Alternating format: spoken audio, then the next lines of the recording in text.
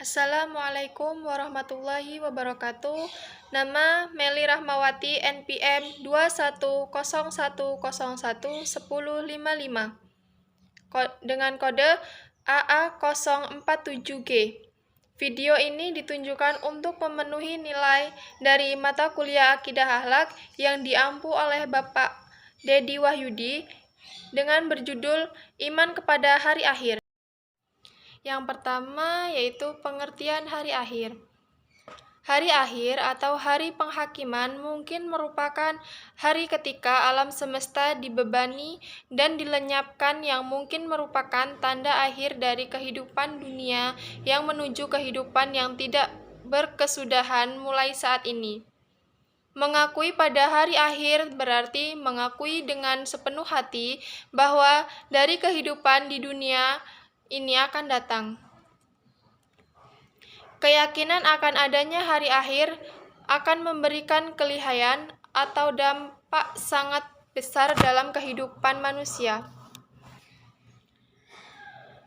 Sedikit pun manusia akan merasa bingung dengan disiplin yang akan diberikan oleh Allah SWT setelah hari kiamat.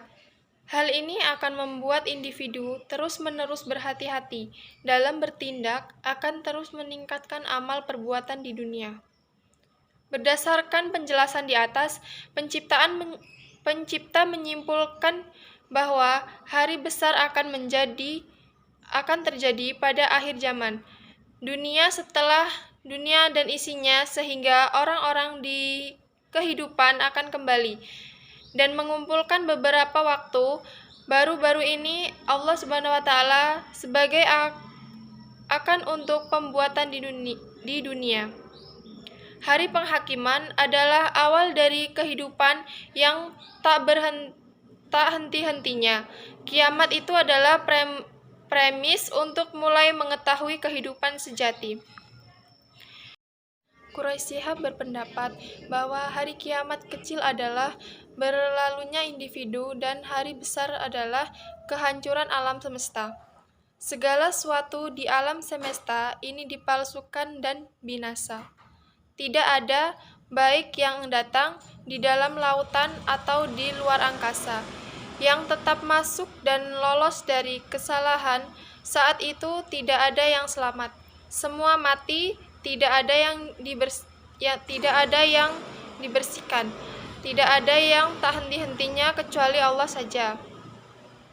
Didin Hafihuddin berpendapat bahwa peristiwa yang dimulai dengan tiupan trompet atau trompet adalah tanda utama kehancuran alam, dan Prof. Ahmad Baikuni berpendapat bahwa itu akan menutupi hampir seluruh dunia. Adalah pemusnahan umat manusia yang pada waktu itu digerakkan untuk tidak lewat dan merenung di dalam perisai untuk sementara waktu belakangan ini mengalami kepastian perencanaan melalui amal masing-masing. Yang kedua, tanda-tanda hari akhir.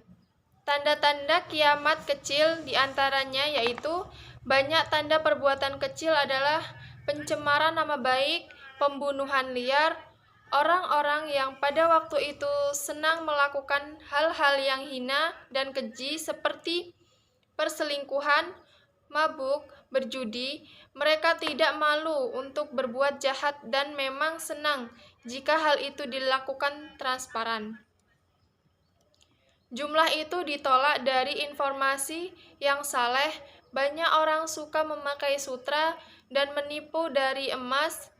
Munculnya materi yang menipu, pelopor aneh, pesan yang disia-siakan dengan menyerahkan kepada orang yang tidak terlatih. Selain itu, pada hari-hari itu akan turun hujan, bencana alam, gempa bumi, gelombang, erupsi gunung berapi, harga barang dengan naik kuat, wanita keluar berpakaian tetapi kenyataannya tidak menutupi tubuh mereka, ditemukan antara Yahudi dan Islam. Adapun tanda-tanda kiamat besar, yang pertama yaitu munculnya Dajjal, turunnya Nabi Isa bin Maryam, keluarnya Ya'uj dan Ma'uj, 3 peristiwa terbenamnya tanah, terbitnya matahari dari barat, keluarnya binatang melata, keluarnya api yang menggiring manusia.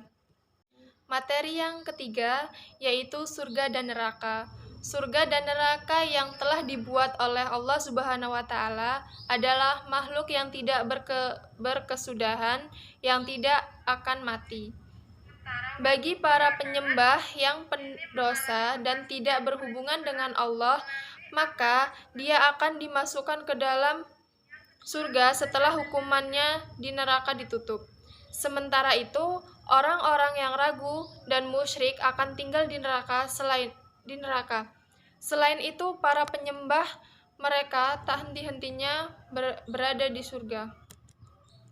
Ayat Al-Quran dan hadis Nabi SAW menjelaskan bahwa surga telah diatur untuk orang-orang yang beriman, dan neraka telah diatur untuk orang-orang yang ragu. Saat Nabi berkata, begitu juga neraka di tempat yang dianggap oleh Allah Subhanahu wa taala. Al-Haythami dalam bukunya Maja'uj Jawaid mengatakan, hadis ini adalah menjelaskan oleh Al-Bazzar dan para pendongengnya adalah para pendongeng dari kitab-kitab yang benar. Ayat-ayat yang menjelaskan bahwa orang-orang yang masuk surga akan tinggal di dalamnya sampai akhir zaman terhitung. Surat Al-Bayyinah ayat 8. Sedangkan yang menggambarkan habisnya kaum skeptis di neraka adalah firman Allah Ta'ala, Surat Al-Ahzab ayat 64 sampai 65. Surat At-Taubah ayat 68. Adapun umat Nabi Muhammad SAW, mereka yang masuk neraka karena dosa-dosa luar biasa dan ketidakpatuhan yang telah mereka lakukan, pada saat itu mereka terus-menerus di neraka. Mereka akan keluar dari neraka dengan keagungan Allah Subhanahu wa taala. Tingkat dan jenis surga dan neraka. Tingkat dan jenis siksaan yang didapat di neraka tergantung pada tingkat kekufuran, kemusyrikan, dan ketidakpatuhan yang telah dilakukan selama hidup di dunia ini. Jadi di surga. Para ahli surga mendapatkan tingkat dan jenis kepuasan yang beragam sesuai dengan tingkat pengabdian masing-masing. Hikmah beriman kepada hari akhir.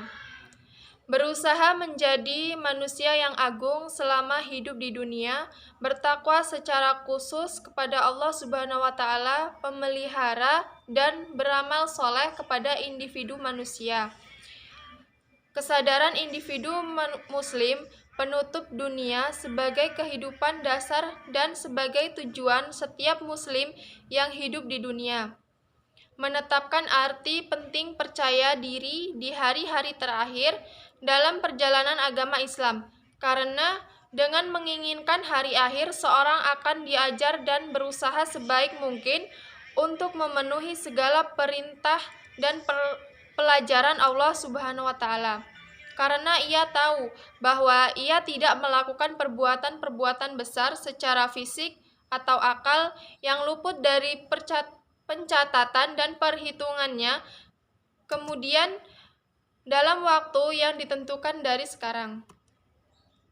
Memberdayakan individu untuk menggandakan perbuatan jujur selama hidupnya di dunia dan menghilangkan larangan yang telah digunakan Allah Subhanahu wa taala. Dengan penggambaran surga dan neraka dengan segala suka dan dukanya, membuat seseorang akan terdorong untuk merasakan nikmatnya surga dan tidak ingin merasakan siksaan neraka. Hal ini tentunya akan membuat seseorang terus-menerus berharga dan tidak mau melakukan kemaksiatan. Dengan kunjungan yang mengatakan masalah kepercayaan di hari-hari terakhir, itu akan mengingatkan umat Islam yang sering diabaikan dan ceroboh dalam hidup mereka karena mereka dipengaruhi oleh semua kesenangan dan kegembiraan di dunia ini. Dengan merinci masalah hari akhir secara rinci, diyakini akan mematahkan perselisihan para pesaing atau mematahkan perselisihan informal orang-orang yang tidak setuju dengan adanya hari akhir. Membuat individu berhati-hati dalam hidup sehingga mereka akan terus mematuhi informasi yang taat dan membatasi diri pada dunia kehidupan. Ini akan memacu Anda untuk bekerja keras, karena untuk menghadapi kehidupan setelah kematian, seorang harus membawa bekal dan memadai. Oleh karena itu, keyakinan dalam kehidupan setelah kematian akan memacu individu untuk bersemangat dalam bekerja sebagai pengaturan untuk kehidupan setelah kematian.